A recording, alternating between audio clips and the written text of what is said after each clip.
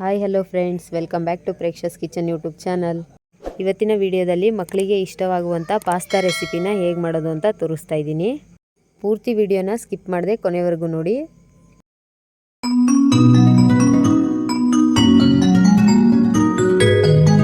ನಮ್ಮ ವಿಡಿಯೋ ನೋಡೋ 91% ಜನ ನಮ್ಮ ಚಾನಲ್ನ ಸಬ್ಸ್ಕ್ರೈಬ್ ಮಾಡ್ತಾ ಇಲ್ಲ. ಪ್ಲೀಸ್ ನಮ್ಮ ಚಾನಲ್ನ ಸಬ್ಸ್ಕ್ರೈಬ್ ಮಾಡ್ಕೊಳ್ಳಿ. ನೀವು ಮಾಡೋ ಸಬ್ಸ್ಕ್ರೈಬಿಂದ ನಮಗೆ ನೆಕ್ಸ್ಟ್ ವಿಡಿಯೋಗೆ ಮೋಟಿವೇಶನ್ ಆಗಿರುತ್ತೆ. ಮೊದಲಿಗೆ ಒಂದು ಪಾತ್ರೆಗೆ 3/4 ಲೀಟ್ರಷ್ಟು ನೀರನ್ನ ಕಾಯಕ್ಕಿಟ್ಟಿದ್ದೀನಿ. ನೀರು ಈ ರೀತಿ ಚೆನ್ನಾಗಿ ಬಿಸಿ ಆದಮೇಲೆ ಪಾಸ್ತಾನ ಹಾಕಬೇಕು. ನಾನು ಇಲ್ಲಿ 1/4 kg ಅಷ್ಟು ಪಾಸ್ತಾನ ತಗೊಂಡಿದ್ದೀನಿ. ಇವಾಗ ಪಾಸ್ತಾನ ನೀರಿಗೆ ಹಾಕ್ತಾ ಇದ್ದೀನಿ.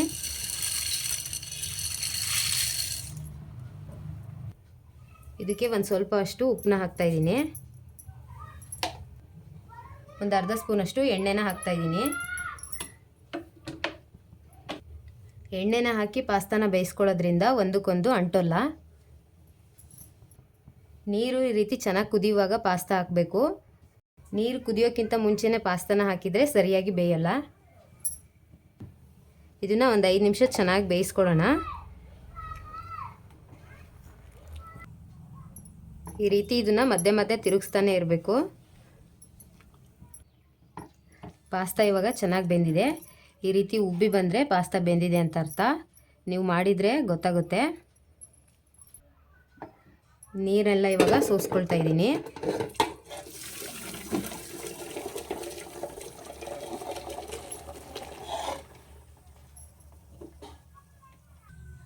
ಇದನ್ನು ಸೈಡಲ್ಲಿ ಆರಕ್ಕೆ ಎತ್ತಿಟ್ಕೊಳ್ಳೋಣ.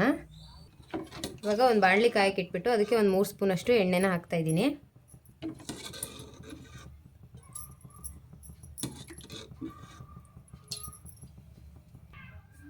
ಎಣ್ಣೆ ಕಾದ್ಮೇಲೆ ಚಿಕ್ಕದಾಗಿ ಕಟ್ ಮಾಡಿ ಇಟ್ಕೊಂಡಿರೋ ಬೆಳ್ಳುಳ್ಳಿನ ಹಾಕ್ತಾ ಇದ್ದೀನಿ.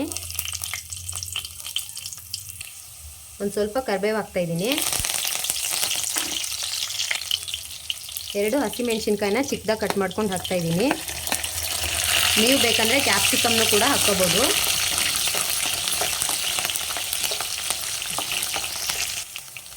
ಮೆಣಸಿನ್ಕಾಯಿ ಎಲ್ಲ ಚೆನ್ನಾಗಿ ಫ್ರೈ ಆದಮೇಲೆ 2 ಈರುಳ್ಳಿನ ಚಿಕ್ಕದಾಗಿ ಕಟ್ ಮಾಡ್ಕೊಂಡು ಹಾಕ್ತಾ ಇದ್ದೀನಿ.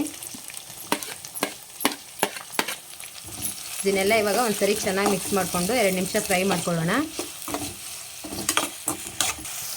ಈರುಳ್ಳಿ ಎಲ್ಲ ಚೆನ್ನಾಗಿ ಫ್ರೈ ಆಗಿದೆ. ಇವಾಗ ಒಂದು ಕ್ಯಾರೆಟ್ನ ಚಿಕ್ಕದಾಗಿ ಕಟ್ ಮಾಡಿ ಇಟ್ಕೊಂಡಿದ್ದೀನಿ, ಸಿಪ್ಪೆ ಎಲ್ಲ ತೆಗೆದ್ಬಿಟ್ಟು. ಹಾಗೆಯೇ ಒಂದು ಸ್ವಲ್ಪ ಎಲೆಕೋಸನ್ನ ಕಟ್ ಮಾಡಿ ಚಿಕ್ಕದಾಗಿ ಹಾಕ್ತಾ ಇದ್ದೀನಿ.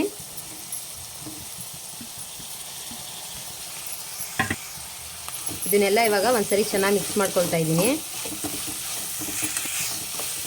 ಇದೆಲ್ಲ ಒಂದು ಸ್ವಲ್ಪ ಹಸಿ ವಾಸನೆ ಹೋಗೋವರೆಗೂ ಫ್ರೈ ಮಾಡ್ಕೊಳ್ಳೋಣ.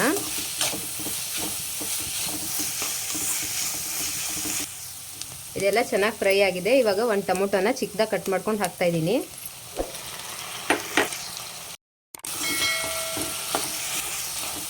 ಇದೆಲ್ಲನೂ ಇವಾಗ ಒಂದ್ಸರಿ ಚೆನ್ನಾಗಿ ಮಿಕ್ಸ್ ಮಾಡ್ಕೊಳ್ಳೋಣ. ಇದಕ್ಕೆ ಇವಾಗ ರೆಡ್ ಚಿಲ್ಲಿ ಪ್ಲೇಟ್ಸ್ನ ಹಾಕ್ತಾ ಇದ್ದೀನಿ. ನೀವು ಇದಿಲ್ಲ ಮನೆಯಲ್ಲಿ ಅಂತಂದರೆ ಒಣಮೆಣಸಿನ್ಕಾಯಿನೇ ಮಿಕ್ಸಿಲಿ ಪುಡಿ ಮಾಡ್ಕೊಂಡು ಕೂಡ ಹಾಕ್ಬೋದು. 1 ಸ್ಪೂನಷ್ಟು ಪೆಪ್ಪರ್ ಪೌಡ್ರನ್ನ ಹಾಕ್ತಾ ಇದ್ದೀನಿ, ಅಂದರೆ ಕಾಳು ಮೆಣಸಿನ ಪುಡಿನ ಹಾಕ್ತಾ ಇದ್ದೀನಿ. ಇದನ್ನೆಲ್ಲನೂ ಇವಾಗ ಒಂದ್ಸರಿ ಚೆನ್ನಾಗಿ ಮಿಕ್ಸ್ ಮಾಡ್ಕೊಳ್ತಾ ಇದ್ದೀನಿ.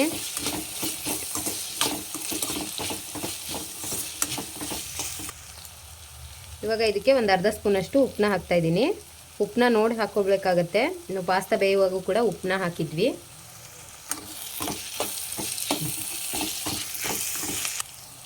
ಒಂದು ಸ್ಪೂನಷ್ಟು ಗರಂ ಮಸಾಲಾನ ಹಾಕ್ತಾ ಇದ್ದೀನಿ. ಇದನ್ನೆಲ್ಲ ಒಂದ್ಸರಿ ಚೆನ್ನಾಗಿ ಮಿಕ್ಸ್ ಮಾಡಿಕೊಂಡು 1 ನಿಮಿಷ ಚೆನ್ನಾಗಿ ಫ್ರೈ ಮಾಡ್ಕೊಳ್ಳೋಣ.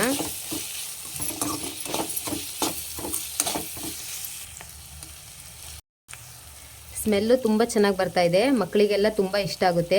ನಿಮ್ಮನೇಲಿ ಕೂಡ ಮಕ್ಕಳಿದ್ರೆ ಅವರಿಗೂ ಒಂದ್ಸರಿ ಈ ರೆಸಿಪಿನ ಟ್ರೈ ಮಾಡಿ ನೋಡಿ.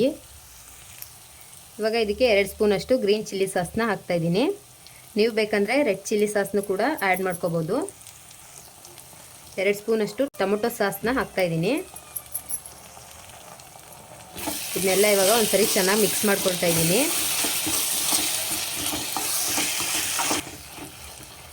ಇದು ಮಕ್ಕಳಿಗೆ ಈವ್ನಿಂಗ್ ಸ್ನ್ಯಾಕ್ಸ್ ಆಗಿ ಹಾಗೆ ಬೆಳಿಗ್ಗೆ ಬ್ರೇಕ್ಫಾಸ್ಟ್ ಆಗಿ ಮಾಡಿಕೊಟ್ರೆ ತುಂಬ ಇಷ್ಟಪಟ್ಟು ತಿಂತಾರೆ. ನೀವು ಕೂಡ ಮನೇಲಿ ಒಂದ್ಸರಿ ಟ್ರೈ ಮಾಡಿ. ಇದು ಫ್ರೈ ಆಗಿದೆ. ಇವಾಗ ಪಾಸ್ತಾನ ಹಾಕ್ತಾ ಇದ್ದೀನಿ. ಇದನ್ನೆಲ್ಲ ಸೇರಿ ಒಂದ್ಸರಿ ಚೆನ್ನಾಗಿ ಮಿಕ್ಸ್ ಮಾಡ್ಕೊಳ್ಳೋಣ.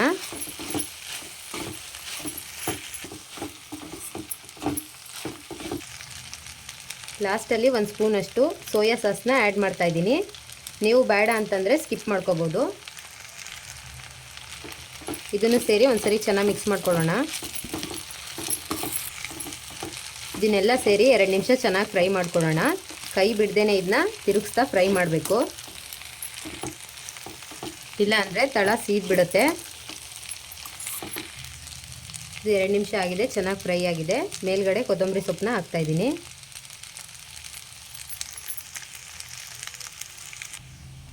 ಪಾಸ್ತಾ ರೆಡಿ ಆಗಿದೆ. ಇವಾಗ ಸ್ಟವ್ ಆಫ್ ಮಾಡ್ತಾಯಿದ್ದೀನಿ. ಈ ರೆಸಿಪಿನ ನೀವು ಕೂಡ ಮನೇಲಿ ಒಂದ್ಸರಿ ಟ್ರೈ ಮಾಡಿ ಹೇಗೆ ಬಂದಿದೆ ಅಂತ ಕಮೆಂಟ್ ಮಾಡಿ. ಈ ವಿಡಿಯೋ ನಿಮಗೆ ಇಷ್ಟ ಆಗಿದ್ರೆ ಲೈಕ್ ಮಾಡಿ, ಶೇರ್ ಮಾಡಿ. ಹಾಗೆ ನಮ್ಮ ಪ್ರೇಕ್ಷಸ್ ಕಿಚನ್ ಯೂಟ್ಯೂಬ್ ಚಾನಲ್ನ ಸಬ್ಸ್ಕ್ರೈಬ್ ಮಾಡಿ. Thank you for watching.